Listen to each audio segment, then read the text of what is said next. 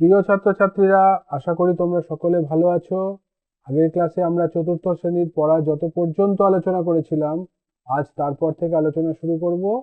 যদি তোমরা আগের ক্লাস না দেখে থাকো, তাহলে ভিডিও ডেসক্রিপশনে আগের ক্লাসের লিংক দেওয়া আছে, সেটা দেখে নিও। তাহলে চলো আজকের ক্লাস শুরু করি। এবারে দেখো কি বলছে। বলছে গল্প পড়ে নিজে করি। এর মানে কি? মানে দেখো, এখানে কতগুলো অঙ্ক দেওয়া থাকবে গল্পের মতন, তারপরে সেগুলো পড়ে নিজে করতে হবে, ঠিক আছে? 1 নম্বর অঙ্কটা দেখো, বলছে আমরা 15 জন বন্ধু পাশের গ্রামে আবৃত্তির অনুষ্ঠানে যাব। তাই আমার বাবা, এইখানে একটা চিহ্ন আছে, এটা দেখো টাকার চিহ্ন। হ্যাঁ, একে রুপি বলে, রুপি 100 আমাদের 15 জনের মধ্যে ভাগ করে দিতে চায়, মানে 100 টাকা 15 জনের মধ্যে ভাগ করে দিতে চায়। প্রত্যেকে কত টাকা পাবো ও কত টাকা পড়ে থাকবে দেখি। এই যে রুপি 100 মানে 100 টাকা, এটা লিখে নাও প্রথমে। 100 টাকা, এটা নিয়ে যেন কোনো সন্দেহ না থাকে। এবারে দেখো 100কে 15 দিয়ে ভাগ করতে হবে। ভাজ্যে লেখো 100 আর ভাজকে লেখো 15। এখানে দুটো নামতা দেওয়া আছে, 15 সাথে 105, যেটা 100-র চেয়ে বড় লেখা যাবে না। 15 6 90, যেটা 100-র চেয়ে ছোট, ওটাই লিখতে হবে। 15 6 90, বিয়োগ করলে হবে 0 থেকে 0 গেলে 0, 10-এর থেকে 9 গেলে 1। তাহলে দেখো এখানে ভাজ্য 100, ভাজক 15, ভাগফল 6 আর ভাগশেষ 10। এই যে ভাগশেষ 10। তাহলে দেখো প্রত্যেকে পাবো, এই যে রুপির চিহ্নটা, মানে 6 টাকা করে পাবো। 6 টাকা পাবো আর পড়ে থাকবে 10 টাকা। এই 10 টাকা তো আর 15 জনের মধ্যে ভাগ করা যায় না, কারণ 10টা হচ্ছে 15 থেকে ছোট। বোঝা গেল? এমন করে আমরা গল্প পড়ে নিজে অঙ্ক করব। 2 নম্বর অঙ্কটায় কি বলছে দেখো, বলছে আমার মামা 96 ঘন্টা আমাদের বাড়িতে ছিলেন। মামা কতদিন আমাদের বাড়িতে ছিলেন হিসাব করি। একদিন সমান কত ঘন্টা বলো? জানো তো তোমরা, 24 ঘন্টা। তাহলে দেখো 96কে 24 দিয়ে ভাগ করতে হবে। 96 ঘন্টা ভাজ্যতে লেখো আর 24 ভাজকে লেখো। দেখো এখানে দিয়েছে 24 গুণ 3 72। 72 96-এর থেকে ছোট।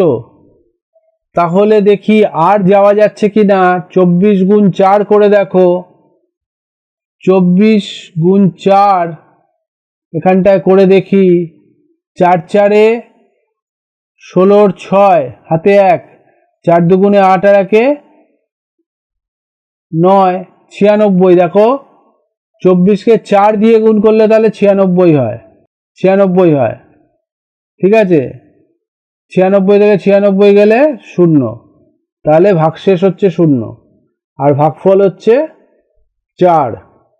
তাহলে ভাজ্য হচ্ছে 96, ভাজক হচ্ছে 24, ভাগফল হলো 4, ভাগশেষ হচ্ছে 0। তাই মামা 4 দিন আমাদের বাড়িতে ছিলেন, ঠিক আছে? যেটা ভাগফল ওটাই হচ্ছে দিন সংখ্যা, 4 দিন আমাদের বাড়িতে ছিলেন। 3 নম্বর অঙ্কটায় কি বলছে দেখো, বলছে এবার বর্ষায় টানা 80 ঘন্টা বৃষ্টি হওয়ায় রাস্তায় জল জমে গেছে। কতদিন কত ঘন্টা বৃষ্টি হলো দেখি। ওই একই ব্যাপার, 80 ঘন্টাকে 24 দিয়ে ভাগ করো। দেখো এইখানে ছিল 3 24 72, 72 80-র মধ্যেই আছে, তাহলে এখানে 3 লেখো। 3 24 72 লেখো। 80 থেকে 72 বিয়োগ করলে হয় 8। তাহলে দেখো এইটা হবে দিন সংখ্যা, 3 দিন, আর এটা হবে 8টা হবে ঘন্টা। তাহলে কতদিন কত ঘন্টা বৃষ্টি হলো? 3 দিন 8 ঘন্টা বৃষ্টি হলো। প্রথমে এগুলো লিখে নাও। ভাজ্য সমান 80, ভাজক সমান 24, ভাগফল সমান 3, ভাগশেষ সমান 8।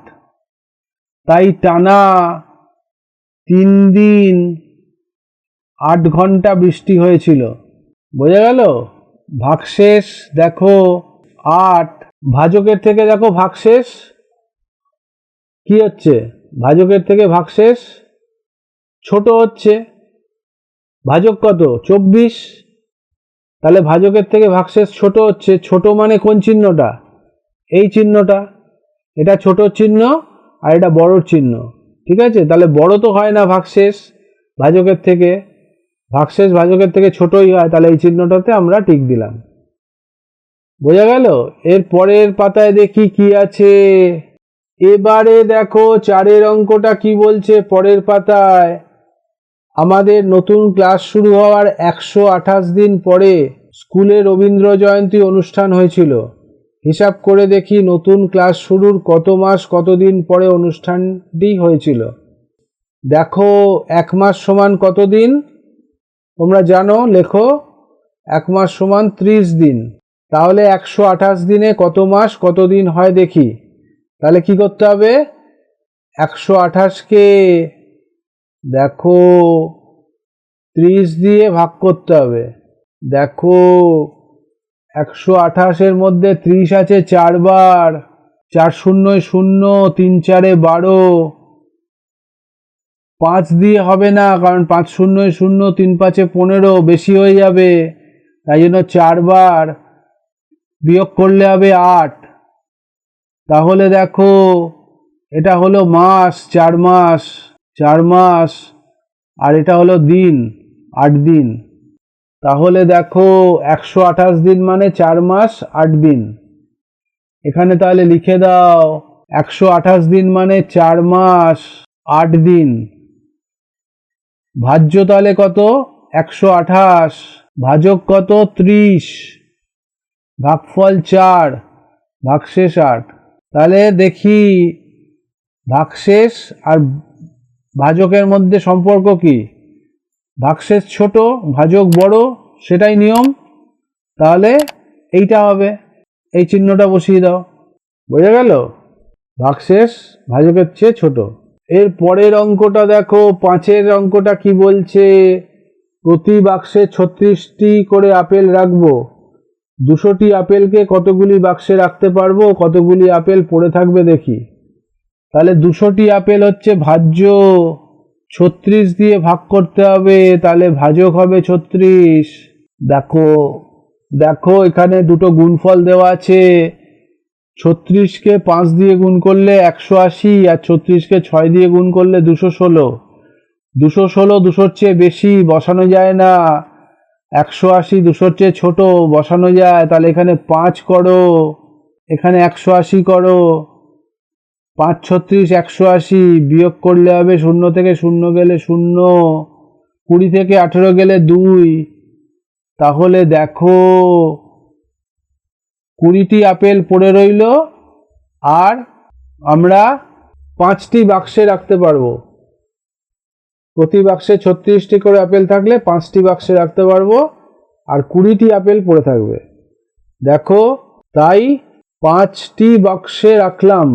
এখানে লিখেছে 5গুলো বাক্সে রাখলাম, যাই হোক রাখলাম, ও 20টি আপেল পড়ে রইল। এখানে ভাজ্য হচ্ছে 200, ভাজক 36, ভাগফল 5, ভাগশেষ 20। ওই একই নিয়ম, ভাগশেষ 20। ভাগশেষ ভাজকের চেয়ে কি হচ্ছে? ভাগশেষ ছোট হচ্ছে ভাজকের থেকে, সেটাই নিয়ম, নতুন নিয়ম কিছু না। ভাজক যদি ছোট থাকে আর ভাগশেষ বড় থাকে, তাহলে আমরা ভাগ প্রক্রিয়াটা চালিয়ে যাব, শেষ হবে না। 6 নম্বর অঙ্কতে কি বলছে দেখো। আমার 100টি পেন্সিল আছে।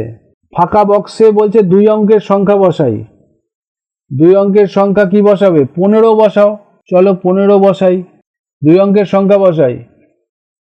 আমার 100টি পেন্সিল আছে, 15টি করে পেন্সিলের প্যাকেট তৈরি করলাম। কতগুলি প্যাকেট তৈরি করতে পারবো ও কিছু পেন্সিল পড়ে থাকবে নাকি হিসাব করে দেখি। তাহলে 100টি পেন্সিল, ভাজ্যতে লেখো 100, ভাজকে লেখো 15।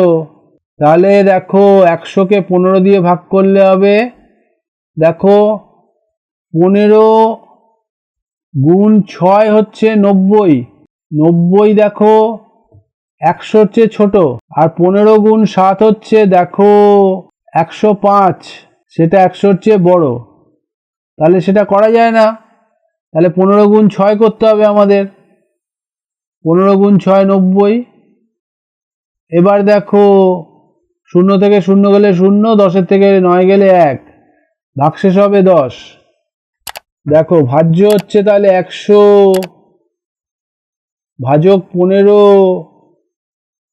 ভাগফল 6, ভাগশেষ 10।